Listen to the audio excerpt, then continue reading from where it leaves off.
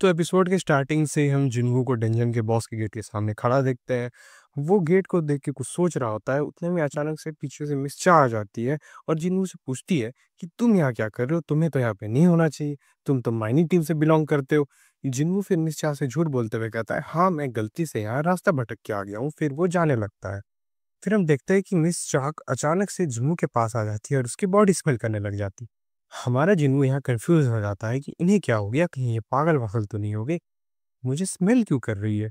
फिर मिस चा अपने आप में ही बोलती है कि इससे तो बदबू नहीं आ रही। फिर वो जिन्हों को जाने देती है। फिर आगे के एपिसोड में हमें मालूम चलता है कि मिस चाह की नोज थोड़ी सी डिफरेंट है। उन्हें डेमन्स और हंटर्स की स्मेल बर्दाश्त नहीं होती, बल्कि उससे बदबू आती है। बट जिन्हों से तो उन्हें एक अच्छी सी स्मेल आ रही थी। फिर हम आगे देखते हैं कि जिन्हों अपनी माइनिंग टीम के पास बाहर आ चुका है और माइनिंग टीम का लीडर उसे उसकी मेहनत के पैसे दे देता है और उसकी खूब तारीफ भी करता है कि तुमने आज बहुत अच्छा काम किया है, बल्कि तुमने बाकी के वर्कर्स से दुगना काम किया। फिर उनका लीडर जिन्हों से रिक्वेस्ट करता है कि कल एक और माइनिंग होने वाली है तो वो उन्हें ज्वाइन करे, पर जिन्हों उन्हें मना कर देता है।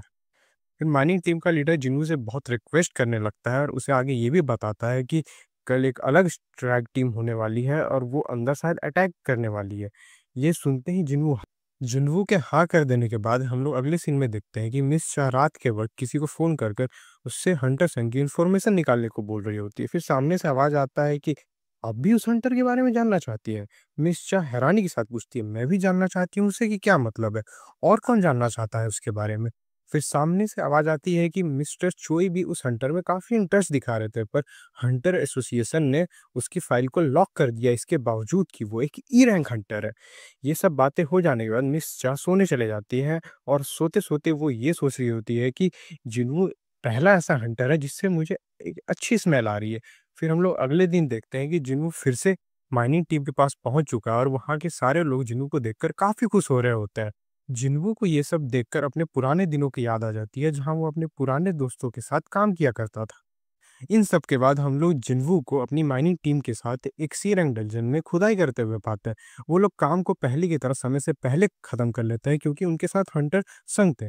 सब कोई जिन्नू से काफी खुश थे। फिर वो लोग लंच के लिए चले जाते हैं। लंच के टाइम माइनिंग टीम का लीडर जिन्नू से ए रैंक डंजन में खुदाई करने के लिए उससे फिर से रिक्वेस्ट करता है और उसे एक्स्ट्रा पैसे भी ऑफर करता है। पर इस बार जिन्वू उन्हें मना कर देता है। इतने में ही पीछे से आज की स्ट्राइक टीम के कैप्टन सन कीहू वहां पे पहुंच जाते हैं और वहां की माइनिंग टीम में से किसी एक मेंबर को उनके साथ चलने के लिए बोलते हैं, क्योंकि आज उनका सामान उठाने वाला नहीं आया होता है उनके साथ। पर माइनिंग टीम में से कोई भी उनके साथ चलने के लिए तैयार नहीं होता है, क्योंकि सब कोई डरे हुए होते हैं। उतने में हम देखते हैं कि पीछे से फुल कॉन्फिडेंस के साथ हमारा हंटर संग हाथ खड़ा कहते हुए कहता है कि मैं आपके साथ चलूंगा।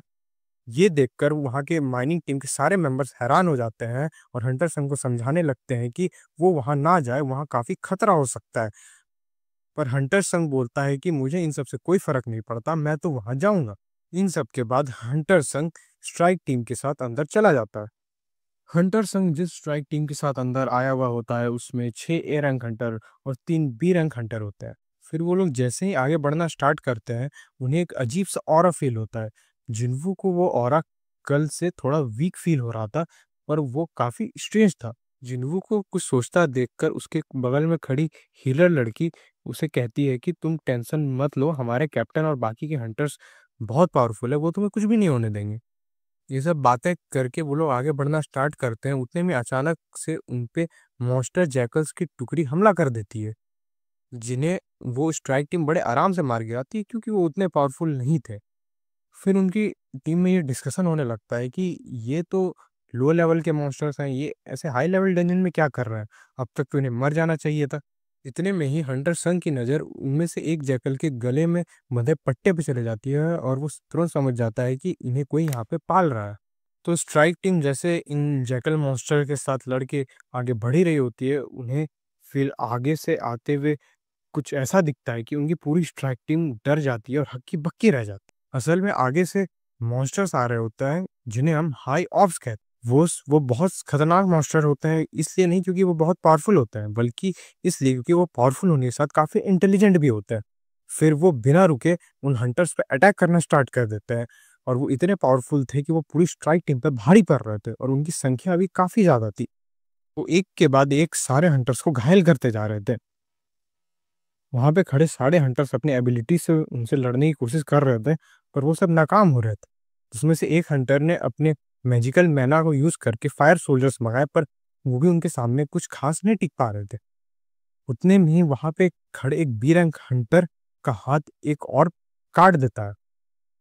तो उसे बचाने के लिए वहाँ पे एक मैजिकल हंटर आ जाती है और वो उस हाई ऑर्क को अपने मैजिक की पावर से कैद कर देती है, और उतने में ही एक हीलर आके उस बी रैंक हंटर के हाथ को हील कर देती है। पर वो हाई ऑर्क इतना पावरफुल होता है कि एक झटके में ही उसके मैजिकल कैद से आज़ाद हो जाता है और उस मैजिकल हंटर पर जानलेवा वार करने के लिए आगे बढ़ने लगता है। पर हम लोग उतने में ही देखते हैं कि वो हाई ऑर्क अचानक से रुक जाता है हमला करते-करते। असल में जिन्हों संग ने उसके गले को पकड़ रखा होता है अपने मैजिकल पावर से, और फिर वो उस हाई ऑर्क को वो मार गिराता है वहीं पे। और फिर इनविजिबल रहते हुए ही वो सारे हंटर्स की मदद करने लगता है और सारे हाई ऑर्क्स को डैमेज करने लगता है अपने स्वॉर्ड्स और ब्लेड से। सारे हंटर सोच रहे थे कि अचानक से इन हाई ऑर्क्स को क्या हो गया, ये कमज़ोर कैसे पड़ने लगे?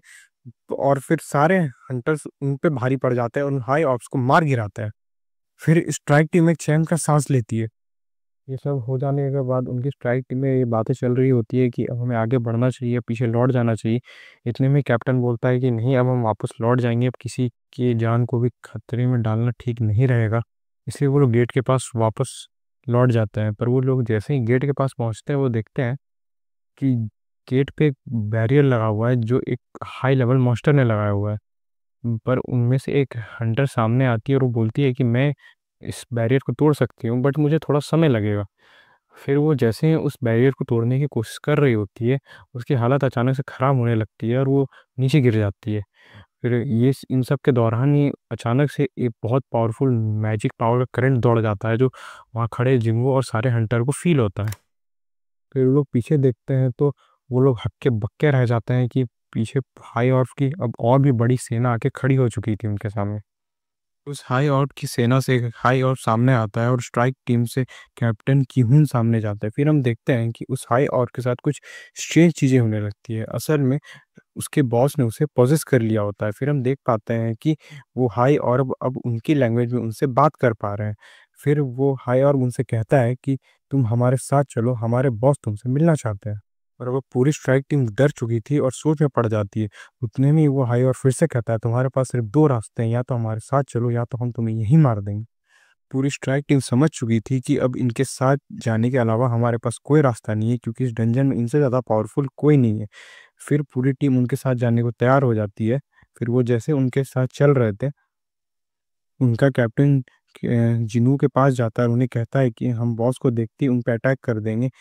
इसके वजह से तुम्हें थोड़ा वक़्त मिल जाएगा और तुम यहाँ से निकल जाना और एक एस टीम को बुला लेना, एस रैंक टीम को यहाँ पे बुला लेना। जिन्हों फिर बोलता है,